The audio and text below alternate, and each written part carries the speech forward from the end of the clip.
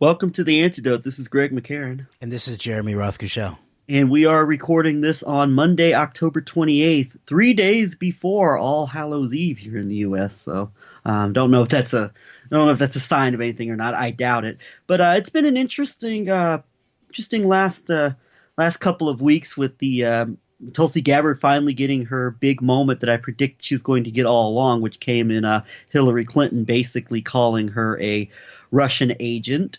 And there's a lot of intrigue to that. We've shared a lot of our opinions on that in the past, and I'm sure we no doubt will again in the future go back to that. We also had just this past weekend the I guess this would be Trump's Bin Laden moment with the death of ISIS commander al-Baghdadi and the horrific coverage from Alex Jones's InfoWars, which I listened to about 10 minutes of yesterday, where Jones is claiming that the deep state anti-Trump media is praising ISIS and Baghdadi and vilifying Trump for doing this and for calling him a dog, among other things. Just really bad media coverage. But, among other stories is going on right now. But we're not going to get into those today. Instead, we're going to discuss something that I feel is very much flown under the radar unless you pay close attention to certain technology websites as well as business financial outlets, and that is the awarding of the lucrative the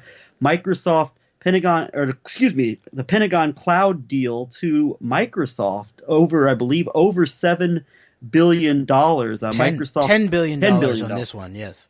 Over $10 billion. Microsoft beating out Amazon. Of course, Amazon owned by enemy of Trump and head of an owner of the Washington Post, Jeff, I always get the name, Bezos, and Bezos, I think, yeah. Bezos. And I think their rivalry's been pretty well documented in a number of places, and something I think we'll go back to in the very near future, although very quickly I would mention that a biography written by a former speechwriter, a new biography written by a former speechwriter of James Mattis, Guy Snodgrass, alleges that Trump told Mattis to screw Amazon on this cloud deal. So I think that this is something that could definitely become a major story here in the near future, and we'll try to keep up with any type of developments on that certainly as it relates to the Amazon Trump rivalry over obviously Jamal Khashoggi working for the Amazon Bezos owned Washington Post, as well as the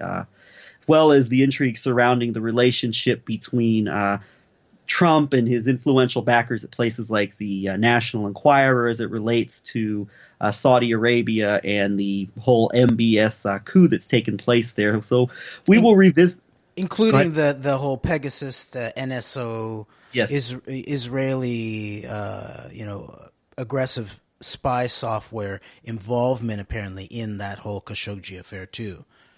Yes.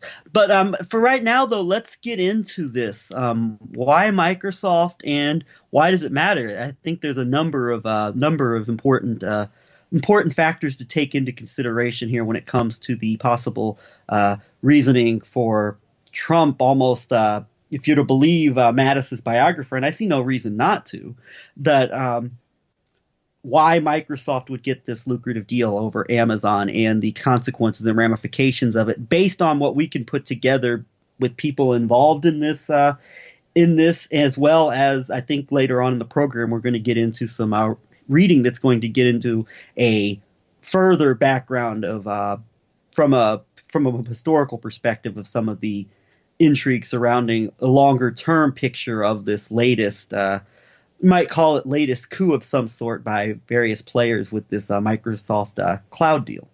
Yes, and even as we skip over the sort of the bait stories of the week in terms of the Hillary versus Tulsi, which we might even call a horseshoe feature of some sort in certain ways in relationship to the avoidance of the unnamed external actor in all of this very Deep often. State Theater 101. Which includes Israel, but then also the leaving out of the election fraud as the deepest mechanism of how elections have been are being decided in our world today. But then also the Baghdadi, the head of ISIS story, the bin Laden moment for Trump, and the question of the staging of the photographs, and of course what's always not questioned is Baghdadi. Where does he come from? He comes through he comes through being held at U.S. military camps. We've dealt with aspects of Israeli contractor involvement at the epicenter of some of the apparent torture regimes in terms of that, but then also ISIS as an obvious asset of certain elements in relationship to what should be called not the regime change wars that Tulsi Gabbard repeats incessantly, but the dirty war of Syria, a destabilization war, a clean break war, a rolling back war, and ISIS as an ongoing asset and continuity of the agenda of Al-Qaeda and the war on terror. And so in a certain way, as we move past those into this big story that the alternative media is not going to tell you about the key aspects of it, including people like the Ryan Dawsons, who will maybe once again say, Operation Talpiot, well, it's a nothing burger, even though now three former veterans of the Talpiot Program, who created the company Adalom, which became the cybersecurity division of Microsoft Cloud, which has just won the $10 billion contract for Pentagon cyber operations, data operations, all come from the Talpiot Program, okay? And, of course, Unit 8200. So this is now front and center. And in a way, I would say that this combination of the election question, of the Tulsi-Hillary horseshoe thing, and of course Tulsi's response to Hillary, calling her a Russian asset, is to not actually punch back where Hillary's most vulnerable, which is that if any person helped facilitate the choice of Donald Trump as the Russian choice, it was Hillary Clinton. In terms of the taking away of the actual left populist candidate, Bernie Sanders, and all of the hullabaloo around that inside of the DNC, but then, of course, the not putting up any fight by the Hillary Clinton campaign in relationship to the evidence of pretty obvious election fraud of some sort, right? So Tulsi Gabbard could have hit back in that route and gone to the core of the disruption of elections. So, but tying those two together, this question of elections, election fraud, then on into the ongoing terror wars, right? And of course, there's Tulsi again. She's the candidate of the terror war. She's the dove on the quote unquote regime change wars, but the hawk on the ongoing war on terror. Real quick, not only does she pop up on Tucker Carlson's show, but she also has most recently popped up on Sean Hannity's show, which, that's not exactly something I wouldn't think that would be a go-to for a populist anti-war candidate of either the Republican or the Democratic variety. But, I digress. But maybe the fact that Tulsi doesn't address some of this stuff might be related to seemingly very sympathetic, very supportive media at places like Breitbart are right at the epicenter of whatever 2016 operation took place in terms of ensuring that Trump got the victory over Clinton and pushing all these propaganda talking points just designed to divide people on who is and who is not an agent of what foreign government. So. Yeah, and it turns out Tulsi did not confront Sean Hannity in terms of his being a warmonger of Iraq and the war on terror. And unlike Trump, Hannity still doesn't apologize for supporting the Iraq war. He still to this day says it was the right thing to do. So. And of course, Hillary Clinton remains silent well, it's very likely because of her closeness to the Epstein network, her husband's closeness, her closeness, the Clinton Foundation closeness to Epstein network, that she doesn't mention the Israeli military intelligence involvement in the Trump campaign, the Psy Group background of all of that. And so, in slipping into actually having talked about these things, when I said that we would not, I just want to say that I believe that these two themes, elections, election fraud, psychological operations surrounding elections in the 21st century, and then the ongoing war on terror, And I think we need to see of course, the war on terror as the next generation of the Cold War, where it was mainly about nuclear weapons was the threat globally, and it was a bipolar aspect. It was the Soviets mainly versus the United States, and then on into the war on terror, where it's more diffuse, where all the big powers of the world get on the same page together, very obviously, in fighting the terrorist threat. We've already spoken much about that in terms of the alignment of the U.S.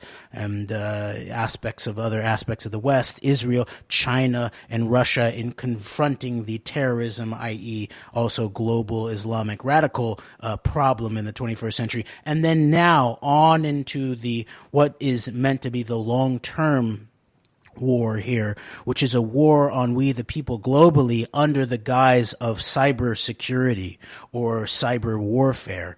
And I think that is what we really need to begin to hone in on in relationship to this release of this story that Microsoft has received the $10 billion JEDI, so-called JEDI, Joint Enterprise Defense Infrastructure contract from the Pentagon for over $10 billion, I think, it's a 10-year contract. And this, of course, is a follow-up to what we had reported on in late August, where General Dynamics IT led the way in a group of Microsoft Office vendors in winning a $7.6 billion 10-year contract, I believe it was, for what's called DEOS, D-E-O-S, the Defense Enterprise Office Solutions, where it's Microsoft once again being the actual application for the Pentagon's back office that included things like email, and all of that. So I want to bring that story up really quickly. MarketWatch.com, Microsoft vendors win $7.6 billion government deal by John Swartz on August 29th, 2019. Quote, Pentagon contract suggests shift toward cloud computing. The federal government's award of a massive 10-year, $7.6 billion computing contract to a trio of vendors led by General Dynamics Corp. To provide Microsoft Corp. Office software for the Pentagon late Thursday is the latest indication that cloud computing leaders are the preferred vendors of choice. The Defense Department and General Services Administration announced the winners of the coveted Defense Enterprise Office Solution, DEOS, following a months-long evaluation process by the GSA. DEOS would provide email, calendar, video calling, and other productivity tools to the U.S. military. Dell Marketing LP and Minburn Technology Group were the two other winning bidders for DEOS, in addition to General Dynamics. So that's that story. And you got to know what's going on here in terms of this is basically the entirety of the Pentagon's communications are going to be are going to be given over to Microsoft, where they have taken on Adalom. And turned Adalom, started by the highest levels of the Israeli military intelligence, Talpiot veterans, Unit 8200 veterans, and a lot of it's even still run out of Israel, and turned it into their cloud security division. So this should be very, very concerning to anybody even in any minor interest in things like so-called national security. And it brings up in my mind that this call that I made on Friday to C-SPAN Washington Journal, where this woman named Charity Wright, who I believe is a former NSA employee, she was on Washington Journal on C-SPAN on Friday morning to talk about cyber threats in relationship to the election. Charity Wright on her Twitter account at Charity4CTI, her profile, according to her profile, she's a former NSA Chinese espionage expert, which is pretty interesting when you consider the Chinese-Israeli angles and relationship, as you're about to get into with this company that she is working for and their connections. So. Yes, and I ended up bringing up two books in talking about aspects of cyber defense and issues of the elections. And one was I brought up Seth Abramson's book, Proof of Conspiracy, How Trump's International Collusion is Threatening American Democracy, which our listeners will know by now. We've been going over his chapter about in relationship to Syria and Trump, from stuff from about earlier this year to a year ago, and how that might play into what's going on now in relationship to Trump's Syria policy. And I brought that up in relationship to there's all this talk about Russia in relationship to 2016, but also if you read this book, there's this whole Middle East factor that centers around Israel, and then the other book I brought up being that she's a China expert and she works for this company, which we'll get into, which is formulated by highest levels again of Israeli military intelligence types. I brought up Seeds of Fire by Gordon Thomas, China and the story behind the attack on America. And I just briefly laid out before they hung up on me, I was going to get into some more stuff around Talpiot and 9/11. But they hung up on me right after I at least got the information out about how that in Seeds of Fire, it covered this collaborative, conjunctive operation that Chinese intelligence ran with Israeli intelligence in 2000 against Los Alamos Nuclear Laboratory in exfiltrating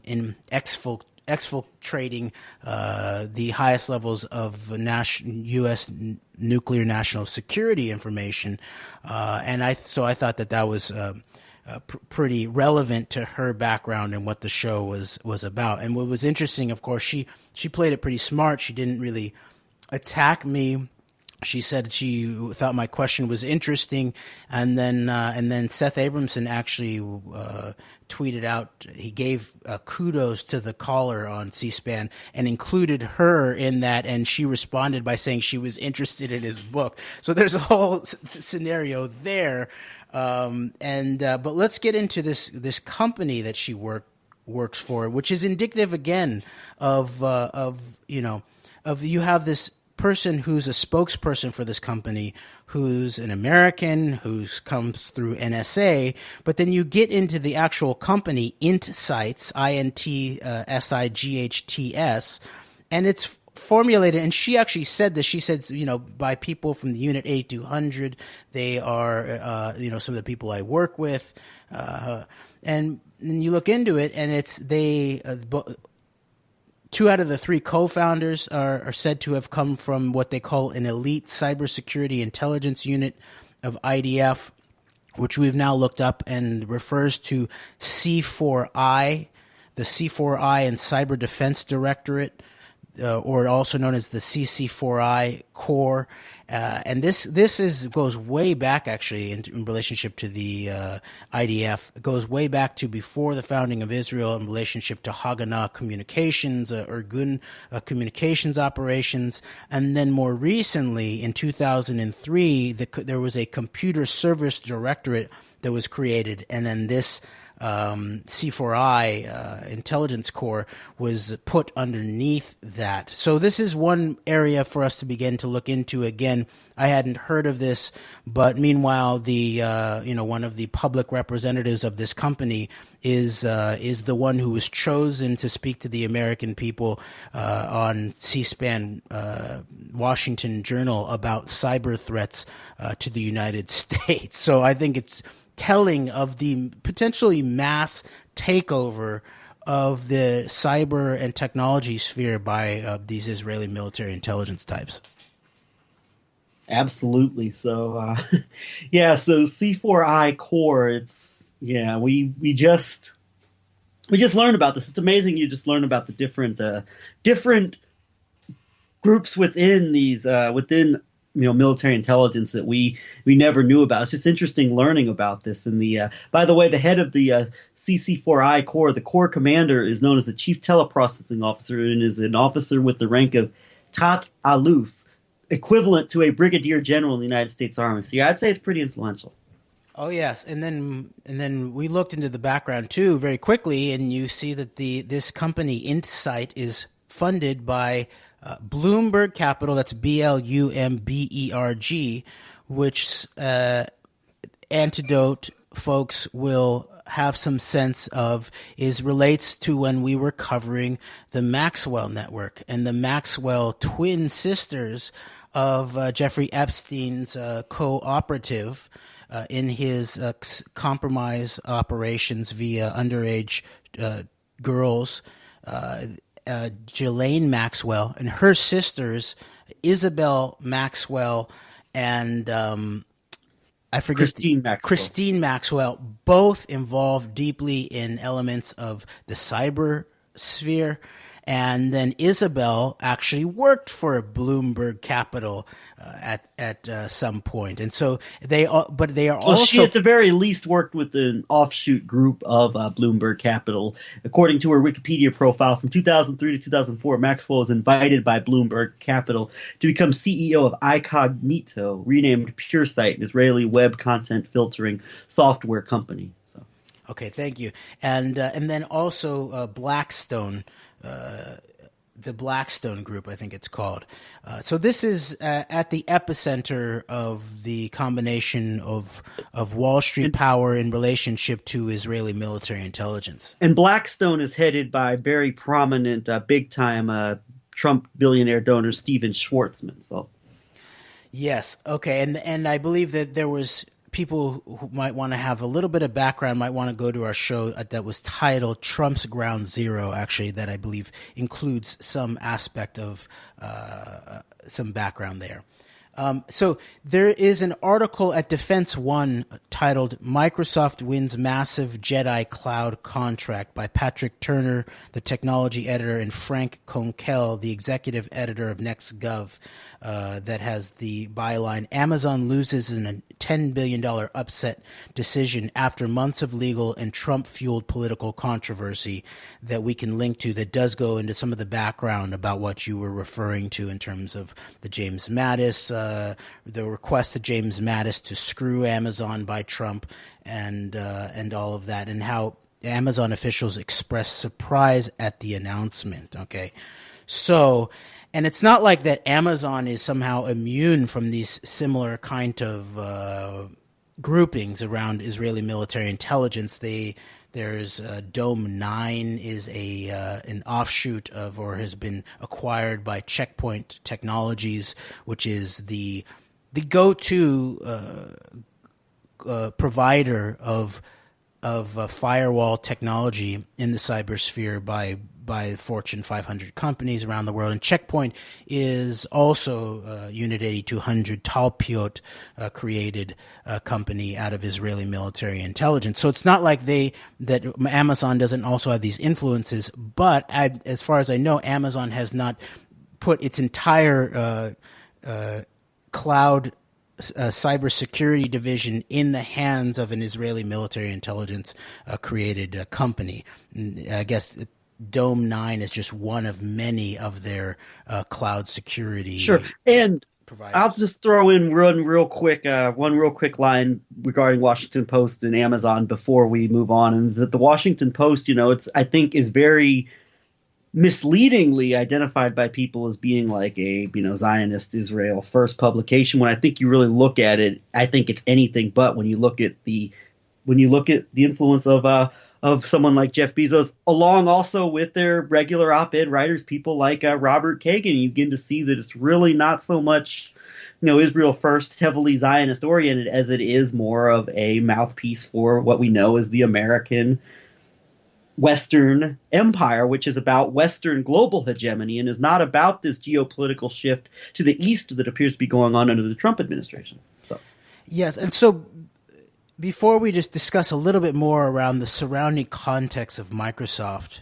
I just want to mention that with Defense One reporting on and suggesting very heavily that there is Trump hijinks and machinations behind this quote unquote unexpected choice, I would then point out that it did look like, I believe it was in early August, where there was a halt put on the process of of this of it's actually being done under called the digital modernization strategy, and we've dealt with some of the background there in terms of some of the people that started this and their backgrounds.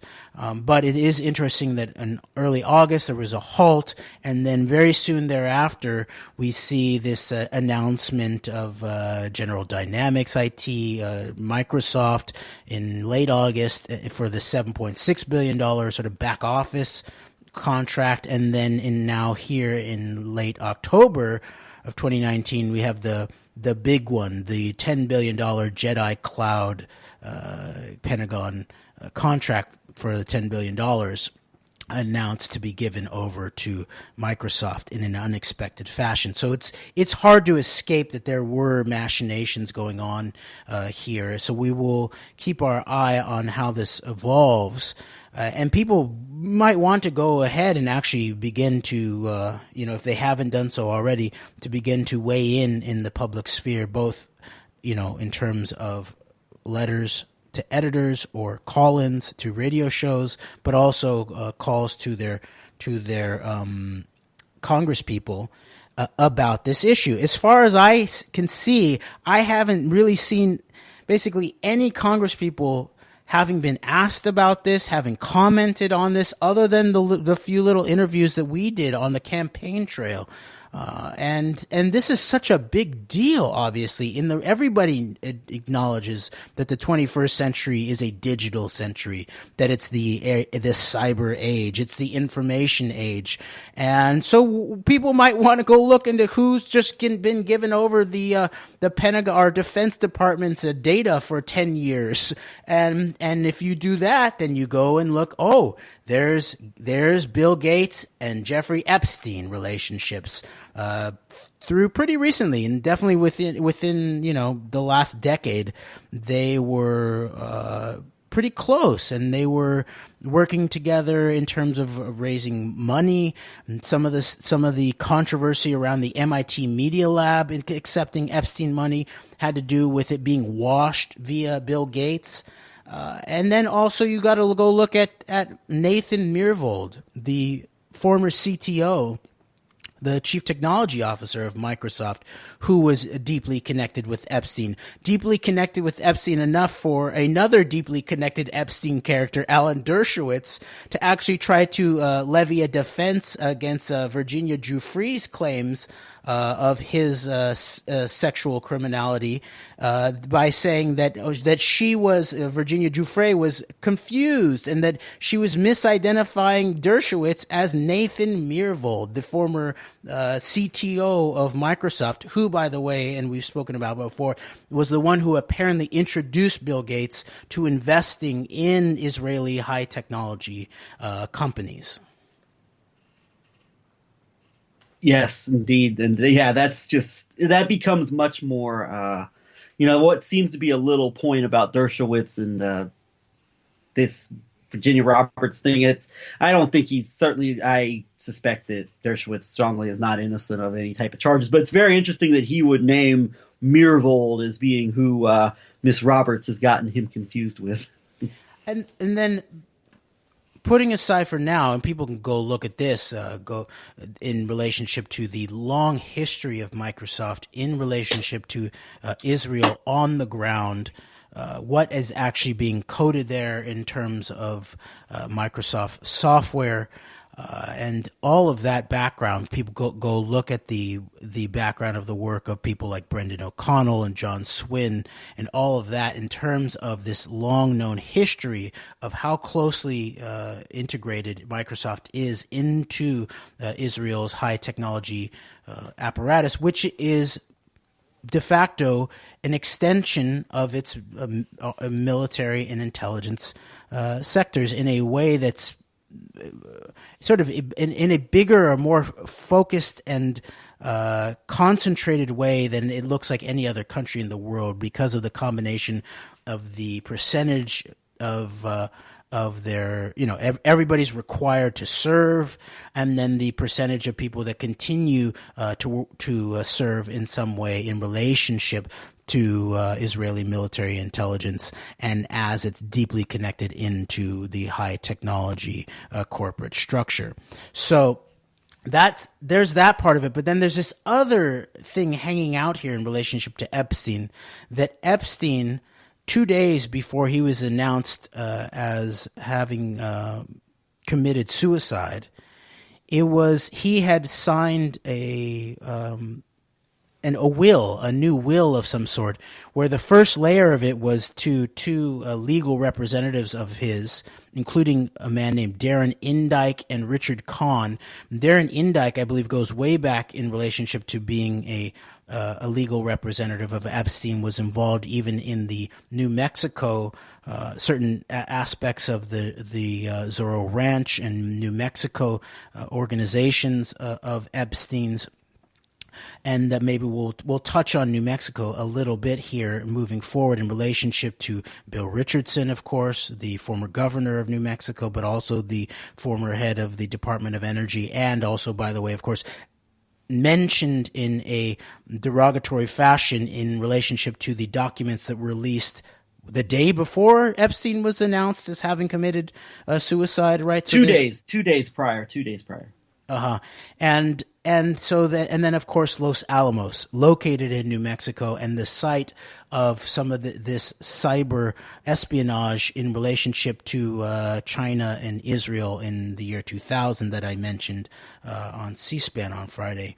But then the next layer of this will that Epstein signed just a couple of days before his announced suicide was a man named Boris Nikolic, who was Bill Gates' he was his science advisor, right, Greg? Yes, he was also a primary advisor to the Gates Foundation as well. Of course, we know the Gates Foundation is well renowned globally for its quote unquote philanthropy and efforts to stop various calamities and diseases. So very, very influential work there, to say the least, for better or for worse. Yeah. So in this case, all roads seem to lead back to Microsoft. And Boris Nikolic has said that it was unexpected that he was named. He's refused to take on the job that Epstein apparently signed over to him.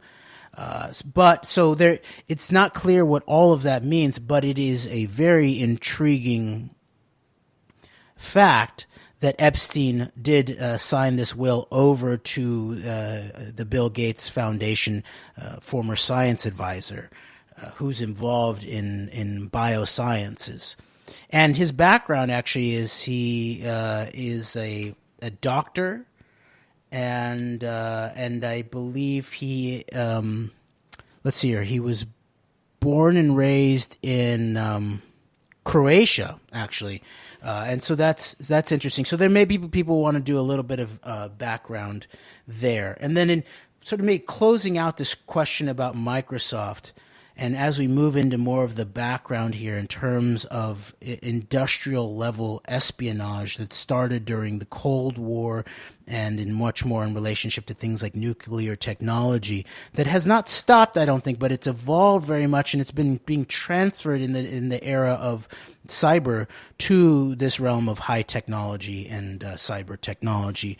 For anyone who thinks that we're just making all this stuff up here, they can go check out the sources at the Wikipedia page of Adalom Company.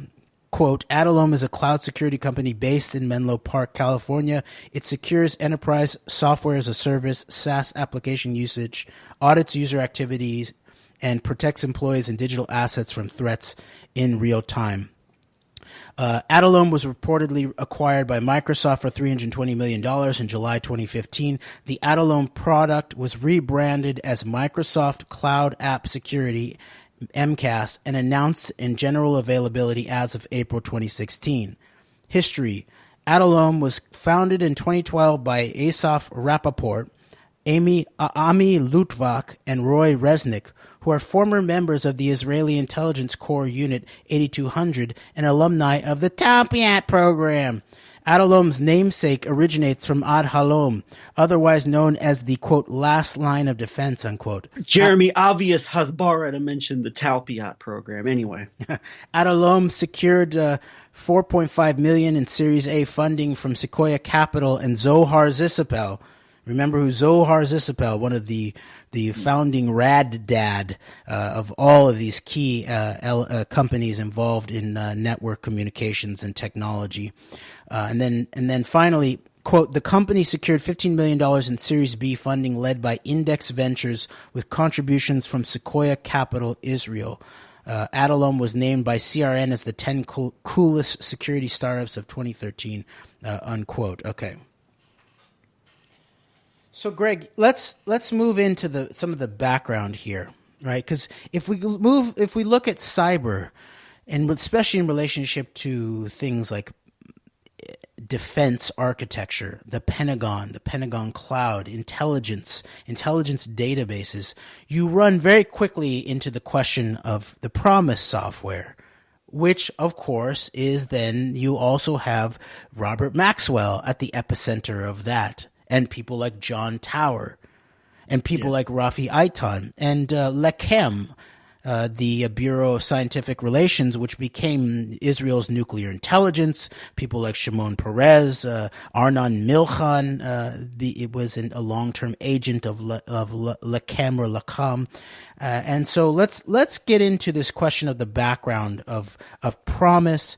And what was going on in the 80s in relationship to PROMIS and the beginning of the potential compromise or the espionage in relationship to U.S. national nuclear security infrastructure. Is that cool, Greg? Yes, let's do that. And real quick, I would add another name if we want to tie in more even like current events and current movers and shakers within the Trump's America, you might call it. I would add in there the Attorney General in the Reagan administration, Edwin Meese, who was a key player in a lot of the cover-up angles surrounding this whole Iran-Contra PROMIS drama. And one of his proteges who worked under him got his start was the radio host Mark Levin, who has been one of the primary sources as far as breaking news of information related of importance to Israel, such as the campaign against H.R. McMaster's removal of Ezra Cohen-Watnick from the National Security Council, as well as the story that the Obama administration was wiretapping Trump Tower. So you can see a continuum there with someone who's clearly a protege, a student of this whole Iran-Contra PROMIS era intrigue,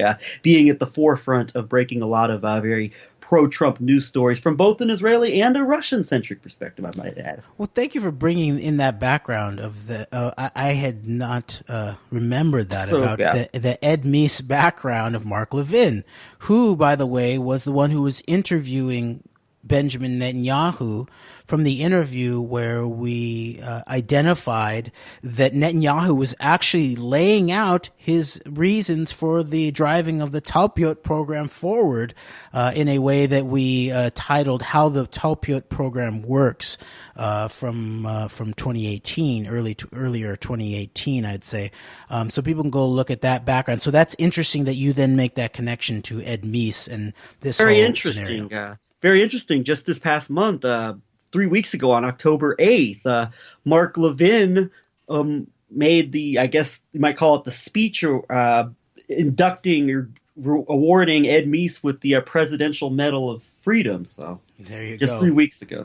So I'm going to read just a quick page of a memorandum that's in the middle of Seeds of Fire by Gordon Thomas, China and the Story Behind the Attack on America. And although this book really frames September 11th as still sort of like an outside, a Taliban, Al-Qaeda attack from outside, that it does bring into questions and data about, especially in relationship to China, but also in relationship to Israel and China. And especially, I believe, if you look at the question of this nuclear component happening just a year before Ground Zero, Lower Manhattan, that I really think you can draw out into really understanding a whole nother, more international dimension to September 11th. And I think we briefly addressed this on our live on-site video, September 11th, at the AT&T tower where we read from Seeds of Fire. We briefly, I think, sorry about that. There was a glitch there. I apologize if there was a bad noise there, but we briefly mentioned in relation reading from Seeds of Fire the interesting correlation with this Israeli-Chinese relationship that we're about to get into here as it relates to Los Alamos and nuclear. We might call it nuclear treachery. And then also the framing and basically a major part of the modern day war on terror as we know it prior to September 11th of the Russian operations in Chechnya, which brought Vladimir Putin to power. And I think there's a very, very strong amount of evidence points to that just being a false flag in the creation of this designated enemy for the Russians to just basically go in and wreak havoc on in the name of fighting Islamic terrorism. So that is an interesting correlation in the 2 or 3 years leading up to September 11th, these types of activities going on, coinciding with each other. Okay. Well, perfect follow-up to that is there are these memoranda that Gordon Thomas reproduces in the middle of Seeds of Fire here that are from Bill Hamilton from Inslaw, the co-creator or the creator of PROMIS software, I believe, about some of these issues. And these are all written in the late 99 actually. So I'm going to read a page from it's page 110 of Seeds of Fire. Titled China's Voices of Conscience. Actually, the Third Millennium is the name of this chapter. And this is a memorandum to Gordon Thomas from Bill Hamilton. The date is September 23rd, 1999. The subject, Chinese acquisition of nuclear intelligence information from the Los Alamos National Laboratory on the W-88 warhead. And this, I'm just going to read one page of this to give the background related to what you were talking about the Mies involvement in all of this. Quote, 1. Enclosed is a self-explanatory article from the front page of today's New York Times. Please note the following statement, quote, that convinced investigators that the espionage had occurred between 1984, when the final design for the W-88 was approved, and 1988, when the Chinese document was dated, unquote.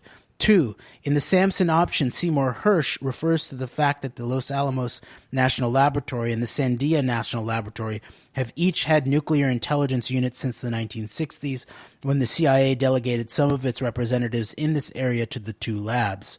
3. The FBI office in New Mexico conducted a foreign counterintelligence investigation during the first half of 1984 of Robert Maxwell for the sale of computer software in New Mexico. The 18-page document that Inslaw obtained from the FBI is heavily redacted for national security reasons, but includes a reference to an FBI interview of someone employed at the Sandia National Laboratory. My FOIA request had asked the FBI for any documents relating to Robert Maxwell's sale and or distribution of computer software products, including PROMIS. 4. Jonathan Pollard, whom Seymour Hersh describes as Israel's first nuclear spy, was arrested by the U.S. Navy in approximately November 1985 and charged with espionage for Israel and Rafi Eitan. Edwin Mies was Attorney General at the time, and he sent a team of Justice Department lawyers to Israel in 1986 to meet with the government. The delegation from the Mies Justice Department included Joseph DeGeneva, the U.S. Attorney for the District of Columbia, and several senior prosecutors from the Criminal Division at Justice Department headquarters. And then finally, before I stop here, 5. In approximately March 1987, Defense Secretary Caspar Weinberger sent a highly classified letter to Chief Judge Aubrey Robinson of the U.S. District Court in Washington, D.C., informing the Chief Judge, who was personally handling the plea bargaining and sentencing case of Pollard, of the immense damage that Pollard did to the United States through the intelligence information he stole from the government and gave to Rafi Eitan and Israel. Acting on the classified Weinberger memorandum, Robinson sentenced Pollard to life imprisonment, notwithstanding Pollard's guilty plea and cooperation with prosecutors, unquote. Okay, so real quick, I want to throw this in here quickly before we continue.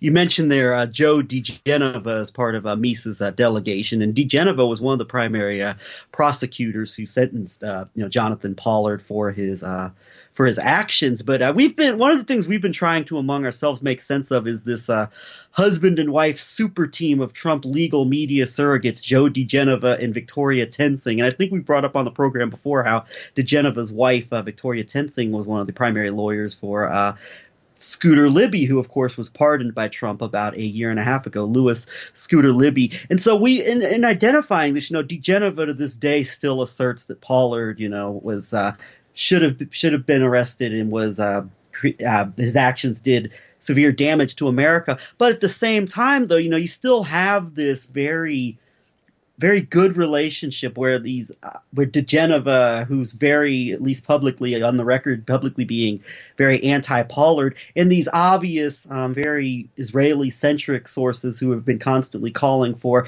I would add people like Mark Levin for that matter, who have constantly been calling for Pollard's release or Pollard's receiving a pardon for the last number of decades now. And I mean, it's interesting when you consider this. It just seems at some level like within these various players that even through the people who threw the key at Pollard, so to speak, and you can even throw Casper Weinberger in there, who's been quoted about the depths of Pollard's treachery.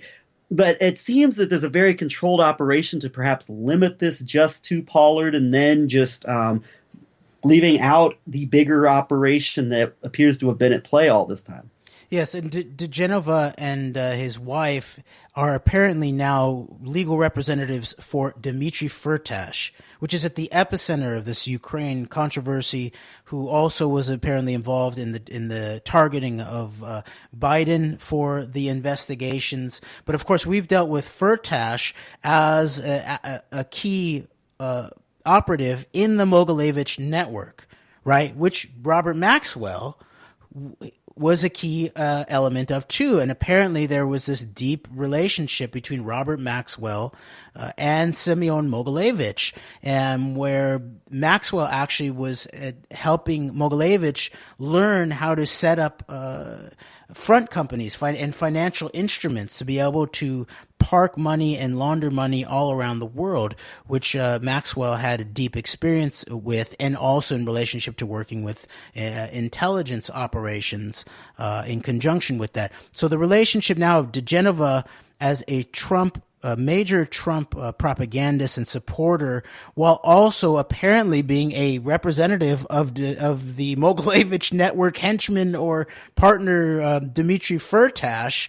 And I pointed out also in my call to C-SPAN about when Michael Cohen was going to testify in Congress that Lanny Davis, who was Michael Cohen's lawyer, had also been the Clintons' lawyer, but was also a lawyer of Dmitry Firtash too. And you talk about motives to cover some deep things up. I mean, this almost, you bring in the Trump and Clinton connection, and we've been, very interested more and more over the last couple of years. The interesting connections, to say the least, between the pro-Clinton and the anti-Clinton elements within the investigating the crimes, the alleged crimes of the Clinton family. And then this just almost seems to bring it even more full circle to, figuring out the role of a top Clinton figure like Lanny Davis in not only defending Trump's attorney, Michael Cohen, but also defending this very high level, Russian mob oligarch Firtash. So that kind of brings things full circle in a strange sort of way. Maybe we'll get into that more in the future. Yes, we should do that, because you remember what we referenced from Seeds of Fire before in terms of George Tenet briefing the incoming George W. Bush administration right around the same time of some of these memos, and also the Los Alamos Chinese-Israeli collaboration to compromise the highest levels of U.S. nuclear secrets, that he was concerned specifically about this Red Mafia Mogilevich network, and also concerned about the indication indicators that the Israeli intelligence was implicated in that. And the question of loose nukes, of former Soviet-owned nukes that were getting loose and being marketed on the black market.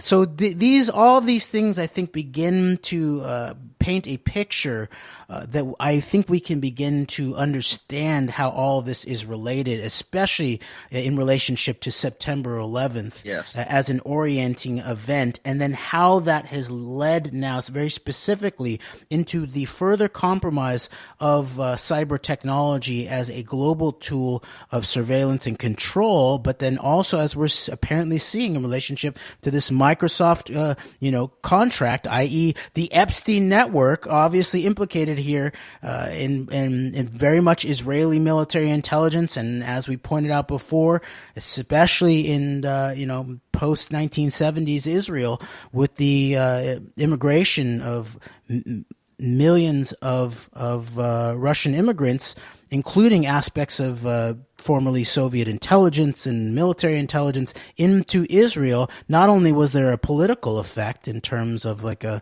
escalation of the hardcore and even the apparently supremacist and racist dimensions of Israeli politics in relationship to Palestine, but also in relationship to technology compromise and all of that. So I do want to dip back into I think we should do a long form about the question about the nuclear compromise aspects, but I do just want to finish off a little bit in relationship to PROMIS software in answering a few questions about why PROMIS and how PROMIS was involved in the U.S. Nuclear security, including things like submarines, but also things like stealth fighters and all of that.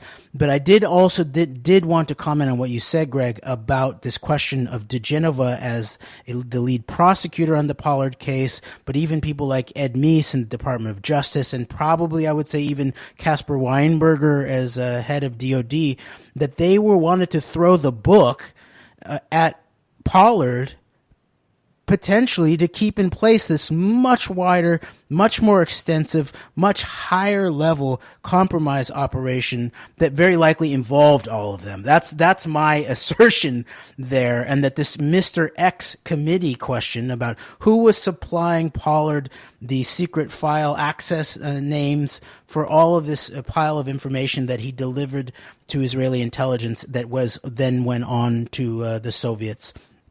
And all of that it does look more and more like Pollard, even in terms of being hit with a lifetime sentence. Of course, he's out of that now. And of course, you're going to expect the actual Israel lobby and the Israeli government to at least put up some type of public propaganda effort on behalf of their agent, that he wasn't acting disloyally on behalf of Israel. He was acting disloyally on behalf of the United States. So it's these elements that are supposedly acting as U.S. officers, such as DeGenova or Meese or Weinberger. That is where the real question becomes, in terms of them throwing the book at Pollard, while also apparently covering up this much more extensive Mr. X committee aspect of the apparent penetration of the highest levels of the U.S. national security apparatus. Perfectly well stated. And I think we're starting to run out of time here, so I'll give you the floor to finish with the rest of the details from Seeds of Fire.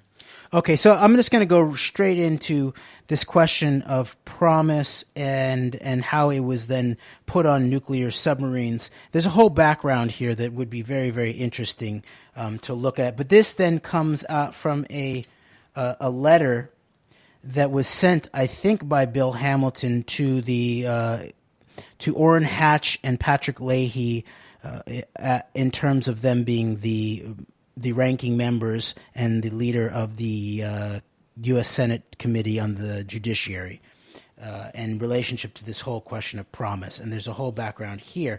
But I do want to then, on page 118, or page 8 of that memorandum, which was dated December 22nd, 1999, quote, the essence of what Jacinto provided to INSLAW concerned the PROMIS distribution channel directly controlled by the CIA. The following italicized paragraphs provide the highlights of the information that Jacinto provided to INSLAW. There was a, quote, and this is from that memo, there was a long-standing requirement in the U.S. intelligence community for compatible database software. The CIA obtained a copy of PROMIS from the Justice Department in order to evaluate it against this requirement. The CIA concluded that PROMIS could satisfy the requirement because of the versatility of the software, i.e. the ability to use PROMIS's automated tailoring subsystem to adapt the software to track any kinds of information in conjunction with any kinds of workflow processes, and because of the extraordinarily fast way that the PROMIS software could search for and retrieve relationships between one matter and all the other business of the organization. Okay. I'm going to skip ahead here. The CIA integrated PROMIS with another piece of software and then deployed the extended version of PROMIS to virtually every agency of the U.S. intelligence community, even using PROMIS to track nuclear materials and long-range missiles in the United States and abroad. The first deployment of the U.S. intelligence community's version of PROMIS was on board the nuclear submarines of the United States and Great Britain. Okay, I'm going to skip ahead here. A couple pages, page 120. Quote, the Navy's Undersea Systems Center in Newport, Rhode Island advertised in the Commerce Business Daily in 1987, 3 years after the Navy evidently began the deployment of PROMIS to U.S. nuclear submarines, and again in 1990 for an engineering vendor to support the use of its PROMIS software in conjunction with the, quote, combat system, unquote, on board both the Navy's attack submarines and the Navy's ballistic missile submarines. The advertisements refer to the use of PROMIS in, quote, over-the-horizon computer delivery, unquote, presumably of nuclear submarine-launched ballistic missiles fired from the U.S. SSBN ballistic missile submarines, quote, over the horizon, unquote, to targets in the former Soviet Union, and in the computer delivery of, quote, fire control, unquote, presumably of missiles fired from the U.S. SSN, quote, attack, unquote, submarines against Soviet ballistic missile submarines.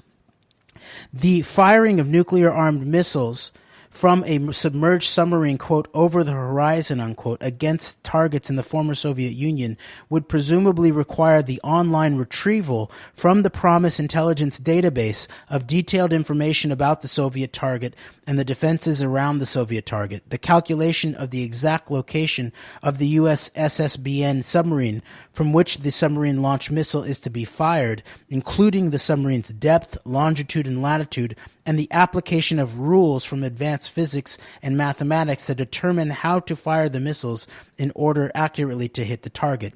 Artificial intelligence software could presumably automate such calculations and could constitute the second piece of software that Jacinto said was integrated with PROMIS before the deployment to the nuclear submarines.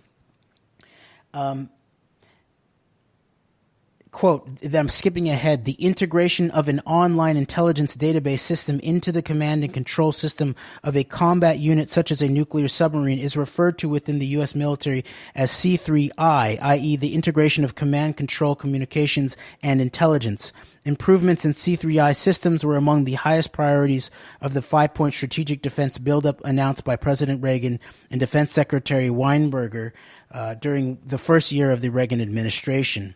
As noted earlier, Weinberger was also one of the three Reagan administration cabinet officers actively supporting the expansion of NSA's Follow the Money initiative in June '86 to include approximately 400 major commercial banks. Okay, so the unquote. And we're going to finish off here. We only have 10 seconds left, but that does hint also at the question of this this global money laundering network that has been brought up by the Trump operation. So I guess until next week, Greg, Antidote, we out. All right, see you next time.